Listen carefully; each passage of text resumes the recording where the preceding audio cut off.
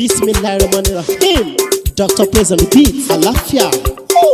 Áńgẹ́lì mi ò ní sùn. Oríwo ya ogun wa tán. Lọ́la kó bá yà kún Ọlọ́run ọba. Ewé ń jẹ́. Lọ́la kó bá yà kún Ọlọ́run ọba. Ewé ń jẹ́. Ewé á jẹ́. Ewé ń jẹ́. Àwọn ọ̀nà ìgbàgbọ́ sóhun mi ló jọ dìbò. Ewé ń jẹ́.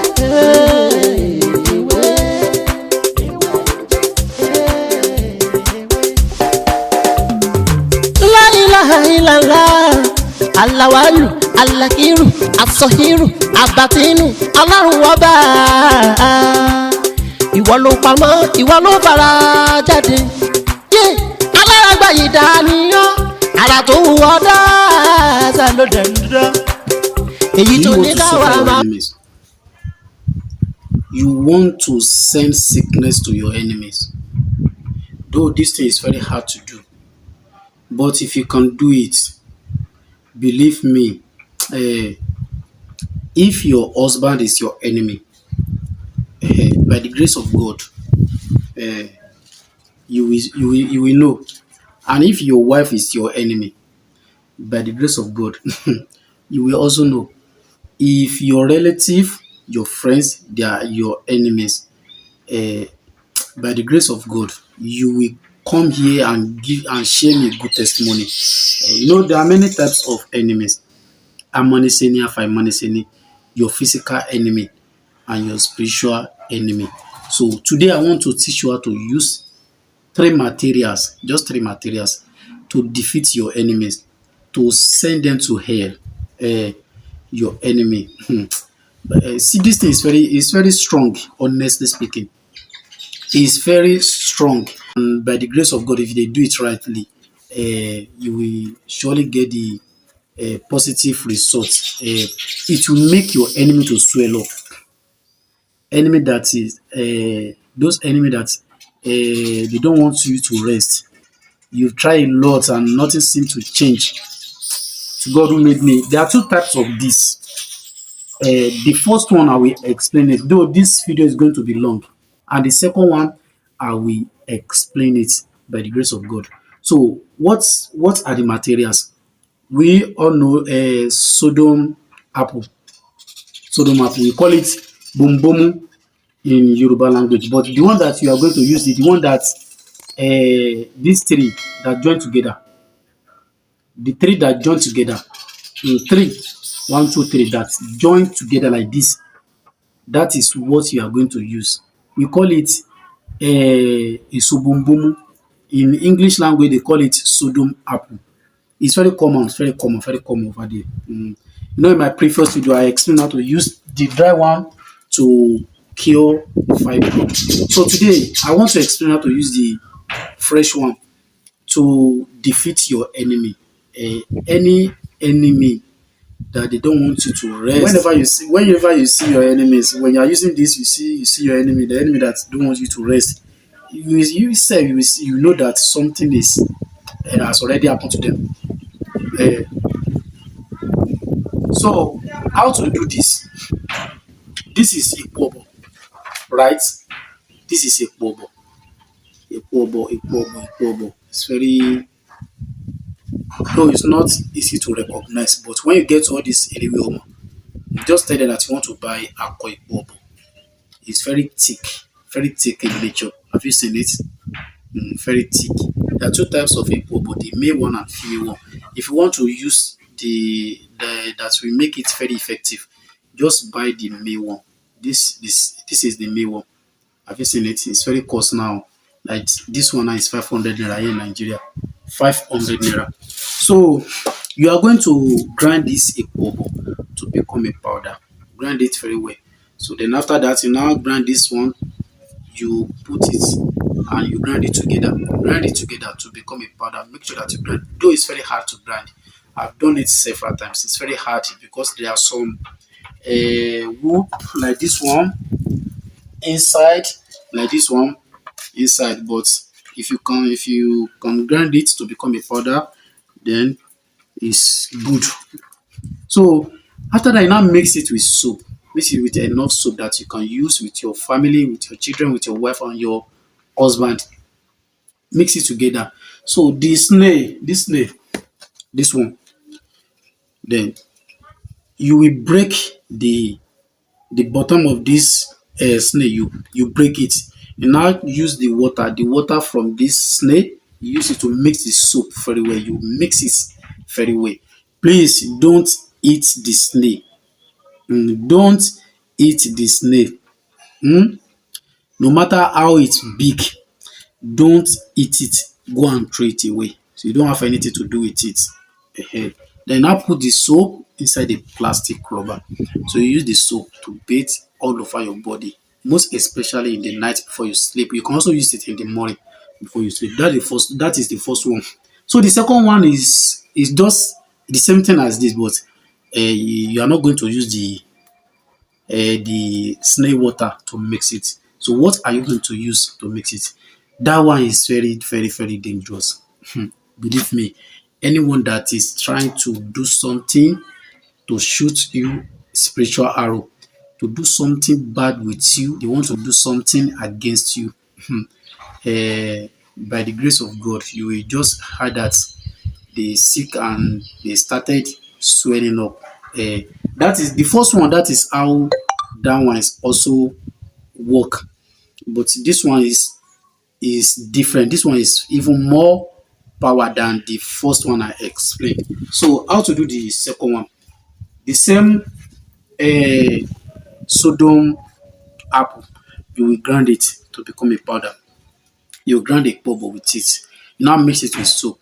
So what are you going to mix with this soap? You are going to mix a cow blood, a gemalu, cow blood. You can go to slaughter.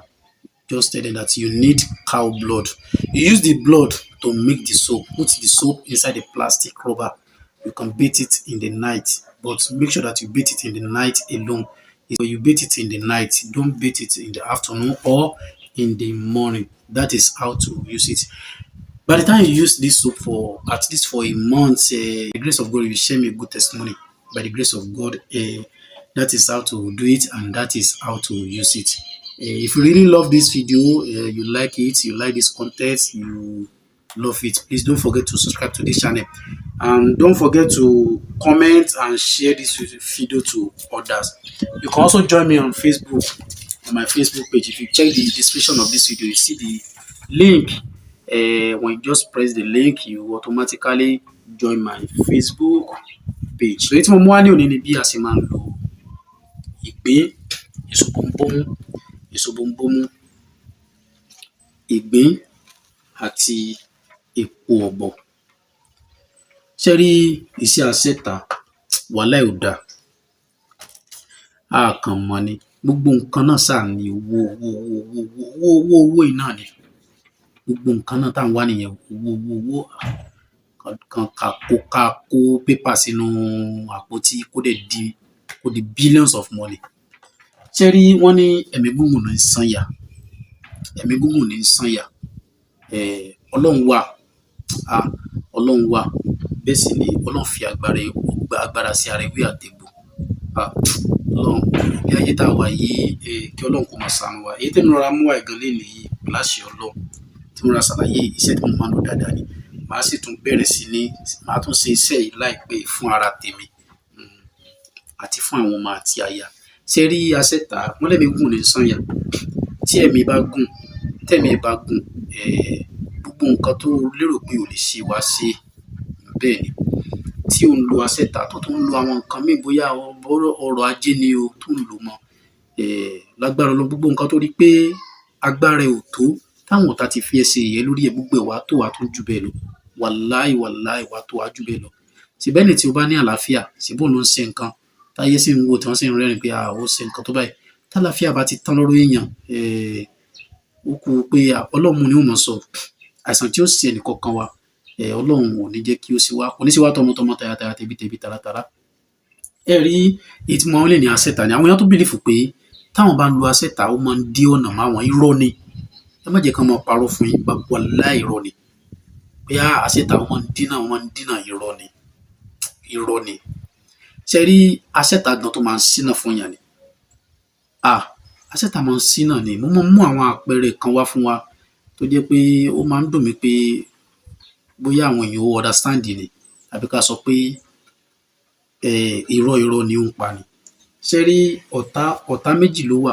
Oníṣẹ́ kan tí mo sábà máa ń ṣe, à ń pè ní iṣẹ́ òkìtìkàtà. Iṣẹ́ aṣẹ́ta náà ni o, ibi tẹ́mi fẹ́ràn aṣẹ́ta dé ni o. Ọlọ́ba lọba tó ń dáàbò yàn, ó sì máa dáàbò gbogbo wa náà ni.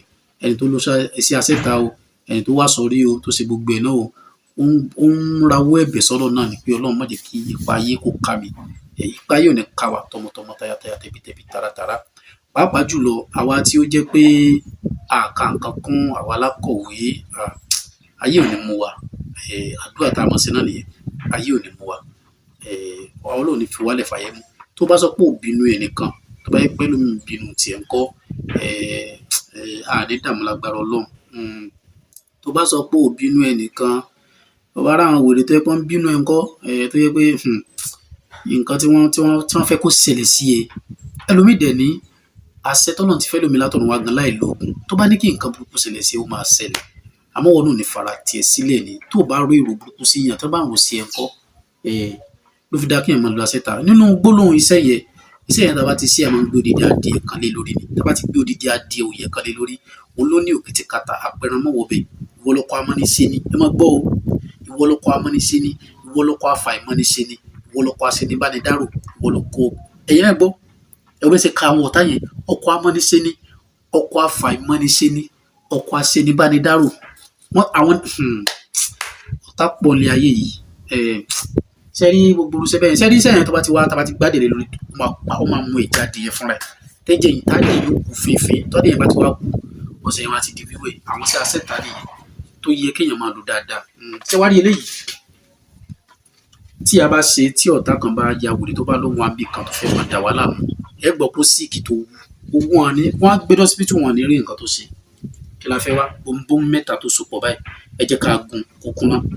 Tó bá ti kúnná, epo ọbọ̀ díẹ̀, ẹ jẹ́ ká gun pọ̀mọ́ tó bá ti kúnná. Ẹ wá jẹ́ ká pò pọ̀mọ́ ṣe dúdú. Ẹ wá jẹ́ ká wá ìgbẹ́ tó bá tóbi, ẹ jẹ́ ká fọ́ ìdí ẹ̀. Ká wá du omi ẹ̀ sí ibi ọṣẹ yẹn. Tá bá ti du omi ẹ̀ sí, lẹ́yìn ìgbà yẹn, ẹ jẹ́ ká wá pò pọ̀mọ́ ṣe yẹn dáadáa. Ẹ jẹ́ ká kó sínú òkè tó bá máa gbà. Ẹ jẹ́ ká máa fi wẹ̀ ní alẹ́ tàbí ní àárọ̀. Iṣẹ́ aṣẹ́ta ni, èèyàn púpọ̀ lè lò. Ẹ wá lélẹ̀ kejì tó wá tún fara jọmọ, tíyẹn tó máa ní agbára tó ya wèrè gidi. Ìyẹn ò ní, ìyẹn ya wèrè gidi, ó ya wèrè ju màálù lọ.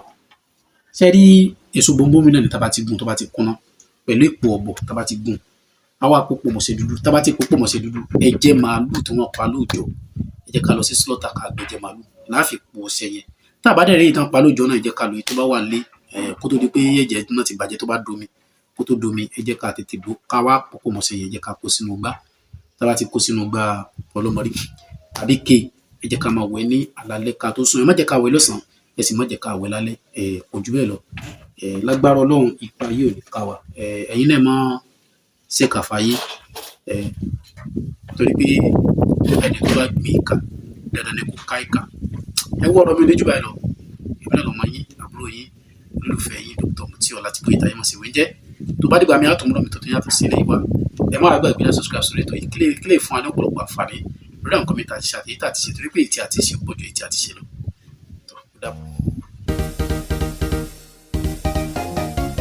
Ẹgbẹ́ ìwé ń jẹ iwájú ṣáni tí tàwa, Ọlọ́run ló dé wà láyé yìí. Ṣé bóun lóhun tó ṣológun ló wà lẹ́ṣà? Ẹgbẹ́ wa ò ní tú o. Alright, èèyàn mi, ẹ jẹ́ ká lọ sọ́dọ̀ Dr. Mutiu Táíwò Ọlátìbóyè yìí, president ti a ní. Èjì rẹ̀ o, wíríwírí lójú orogún